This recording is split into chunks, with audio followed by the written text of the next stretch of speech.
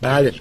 خب عرضم به حضورتون که ظاهرا آقای عبدالله گنجی مدیر مسئول روزنامه جوان در رابطه با مهمانی سفیر فرانسه در منزل شما یک پرسشی مطرح کرده و آقای شایان هوشیار جواب ایشون رو ده. اولا داستان این سوال جواب این مدیر جوان چی بوده راجع به مهمون خونه شما؟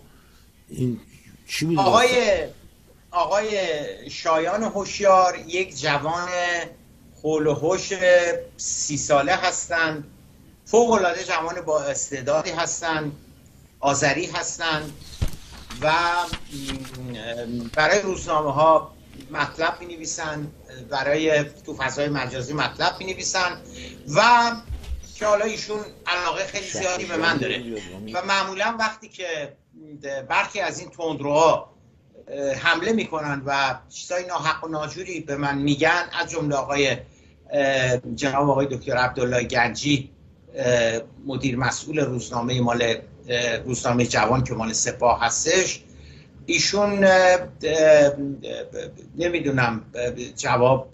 البته آقای شایان هوشیار میدونم که بعضی وقتا مقالات خیلی پخته و مستدل و جالبی می نویسن و حالا آقای شریعت مداری به من حمله کرده، آقای عبدالله گنجی حمله کرده، روزنامه رسالت حمله کرده، یک کسی یه چیزی دیگری گفته. ایشون در حقیقت جواب احتمالاً چیزهایی گفته، مطالبی آقای گنجی گفته مثلا که آقا چه میدونم تو چی کاره واسه چی باید بیاد، نمیدونم اینها، و آقای شایان هوشیار هم بهش جواب داده.